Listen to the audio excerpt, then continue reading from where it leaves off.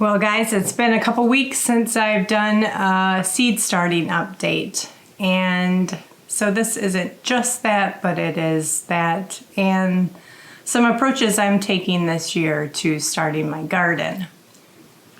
But let's start with the good, bad, and the ugly of seed starting. So if you're new here, welcome. You're at that 1870s Homestead, and I'm Rachel.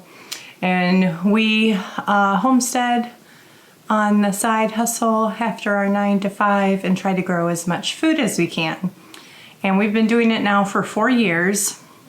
And this is my first journey into trying to teach myself to start specific varieties that I would typically buy from a nursery as starts. We're up in Michigan, so I do have a little bit of a shorter season than some of you down in the South. So I do need to get a head start on things like peppers, tomatoes, brassicas, and some herbs. But I've always bought them in the past. This year I wanted to teach myself how to start them from seed.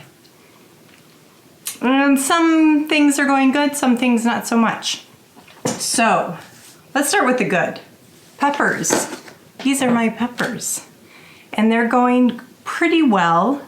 Starting to get some initial indications of mold. Not good. And I haven't bought those fans yet that I said I needed to buy last time. So we're gonna treat that today, but overall, still pretty good. I definitely lost quite a few since my last update, probably due to that dampening off situation. But definitely the majority of them have their first set of true leaves. So I'm just gonna wait till they get a little bit bigger and these will be potted up. So all in all, pretty darn happy. Let's see, these are a rainbow sweet pepper. These are all my banana peppers, jalapenos, and I only have these 2 California Wonders that survived. But not bad, I'm pretty happy with it. Next, so I planted those at the same time that I started my, did I? Nope, I didn't. I started those at the same time I started my brassicas. This is a horrible situation. I lost nearly all of them. This little row of Brussels sprouts is doing okay. They're certainly not growing unless they're super slow maturing little start. But the 2 red cabbages that looked kind of hopeful are long gone. Broccoli, a couple, you know, they're just not developing that first set of true leaves, and they have quite a bit of mold situation. So actually, I'm scrapping this tray and we're gonna start all over. A lot of you teased me because I started so early, and I said in my first video I completely planned to be a complete failure. So I had my expectations really low from the get-go, so I'm not totally disappointed. I think it wouldn't have been fair if I didn't go through this trial and error that so many go through. So I'm definitely learning, so that's good. The next thing I planted was this flat of tomatoes. And you know, I almost lost them completely. I don't know what happened. Like one day I woke up and they were all, well, I do know what happened, I'll tell you. They were all just like laying over. And since then, the majority of them have come back, and the majority of them have their first set of true leaves. What happened, I'll tell you on this case, was I got nervous about the mold I was seeing in the brassica tray. And I said, oh no, you're not gonna get my tomatoes. And I sprinkled so much cinnamon on it that I actually think I created a barrier where the soil couldn't air out and wick properly. So I had to go through and like break up all that cinnamon. And I am getting some mold again on these, so I will treat those today and see if they can't hang on. And I am going to start, because I need a guaranteed success on starting tomatoes, and I still have plenty of time. I'm gonna start another set of tomatoes just to be certain. I can always give away, right? And then the last time I was with you guys, I started marigolds and basil. And we have all of our fun little basils. And even our first holy tide basil coming up. So those are doing great. So what am I going to do to treat the mold? Let's start there. And then we're going to get into what am I doing differently about starting my garden this year. So all of you, I would say 90% of you recommended I go watch The Rusted Gardener on seed starting, and I certainly did. And one of his recommendations, or his primary recommendation for mold, is hydrogen peroxide. So I have my little sprayer here, which I have not used since I started these seeds, except for the brassicas. That was a complete learning curve, and I just wrecked those. So we're gonna add a good squeeze. I think he says like a couple tablespoons or so. So, whoops, get in the bowl.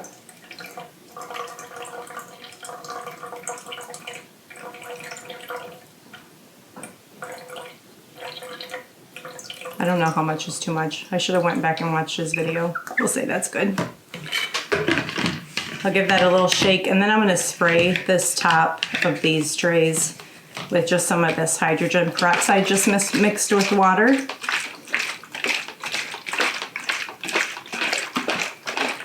And hopefully that kills off the white mold that's growing in there.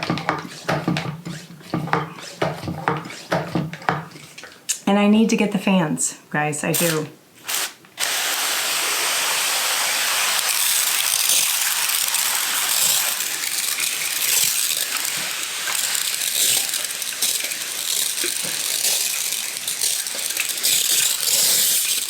Okay, all that good. I'll clean up my mess in a little bit.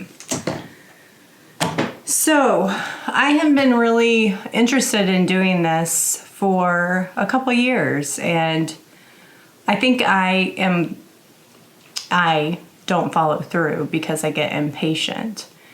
And that is planting by the moon. And maybe it sounded a little voodoo-ish to me too, that I was like, really? But I researched it a lot, the last season and this season. And this season I said, yes, I'm gonna commit to planting by the moon. And what does that mean? So the basic idea, and I'm reading from Farmer's Almanac, is that gardening by the moon is just the idea that the cycles of the moon affect plant growth. Just like the moon's gravitational pull affects the ocean's tide, in and out, it also affects moisture in the soil. Therefore, it's said that seeds will absorb more water during the full moon and the new moon, where more moisture is pulled to the soil surface. And this causes the seeds to swell, resulting in greater germination and better established plants. And it takes in, I guess, 2 periods of the moon, and it's referred to as the waxing of the moon, the time between the full moon and the new moon. The time between the new moon and the full moon is the waxing. The time between the full moon and the new moon is the waning. Hopefully I said that right. And it tells you, based on those moon phases, when is the right time to plant. And Farmer's Almanac has a feature where you can actually type in your zip code, planting by the moon dates, and it's going to give you the moon dates. So there's a whole nother concept out there that's probably comparable, and that's planting by astrology signs, which I'm not going there. I'll just use God's moon and plant by that. So I redid my gardening spreadsheet. You guys have seen that before, and it tells me, am I starting from seed, am I transplanting, and or am I direct sowing? And so what are those dates? And some of them are a very short window, like a couple days, where the majority of them are like, it gives you like a week time frame. So when I was doing that research, I learned that both brassicas and tomatoes, now is the time I should have been starting them indoors from seed. So I'm fine there. So I can completely do over my brassicas, start some more tomatoes, and what else is coming up? Oh, when to plant my onions is coming up. So I highlighted in my spreadsheet a lot of the cells that are green are those things that I need to get prepared for because they're coming up soon. So making sure that those garden beds are ready. Things like carrots, spinach, peas. So I think I'm hopeful that some of the things I've struggled having success in successfully, like things like beets, things like collards, I'm typically not very successful with. I'll see better success using the appropriate moon phases so that either the seeds or the plants get the best start. So it'll be fun. I guess I'll say the only thing there that I don't intend on doing is using that, like, there's no alternative, meaning that if it says I need to go plant something and I've got 3 inches of snow on the ground outside, I'm not gonna do it. Obviously, I'm gonna wait till the weather breaks, or if it's storming outside, I'm obviously gonna use my common sense too. So I don't know I guess I asked this to say, have any of you guys planted by the moon? So I know the Stivers Homestead does, or at least has, because I know I watched one of her videos specifically on it, and they swear by it. So if you've done it and you've absolutely seen different results, leave those comments down below because I'm really interested in it. And the 17th on that spreadsheet says that is when I need to replant my brassicas. So I'm going to get to that. What else am I going to be starting here shortly? Probably some more herbs. Sage, rosemary. I'm already late on celery. I really wanted to start celery and I didn't realize I should have already done that like a month ago. So I will probably go buy celery starts. That is the one new thing that I'm trying to grow for the first time this year. I always give myself an opportunity to try one thing new every year in the garden.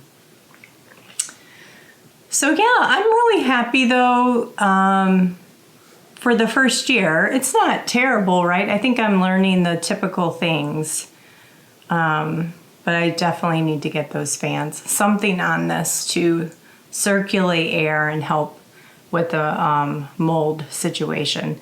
And I stay tuned because I'll let you know if the peroxide tip worked. I'll try to post a before and after picture of maybe the mold in some of the tomato trays. And I'll post that over on Instagram. So if you guys aren't following us over there, we do share some different things or just updates. So, oh, I have one more thing to show you. Want to see the sweet potatoes? Hold on, that's another thing I started. And one more, and I have 2 more in the window. So, this one is a great example. Let me share it with you really big. Isn't that beautiful? That one's easily, let me just hold my hand there for scale, easily the size of my hand. This one's close where I can break this off and start growing roots off the slips.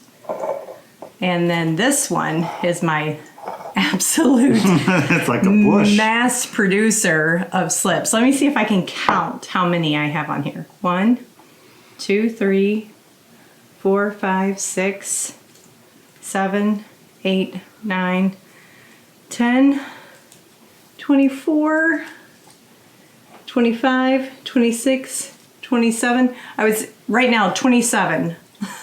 And I think I planted 24 slips last year. So I would say this works, guys. Don't let them fool you and think that you have to start it in the soil method. This is working great. They are definitely absorbing a ton more water all the time now, so I'm usually having to top them off every other day, but it's going really, really well. Oh, and one tip, if you're not seeing productivity like this, you might have your potato in upside down. Give it a flip in the water and see if you don't get starts growing real quick. I had one like that, remember my dud? I flipped him over and I've got starts now. Good job. Thanks. So, thanks guys for coming along for the update and planting by the moon. Who would have thought? But yep, it's a thing and we're doing it this year. Talk to you guys later. See ya.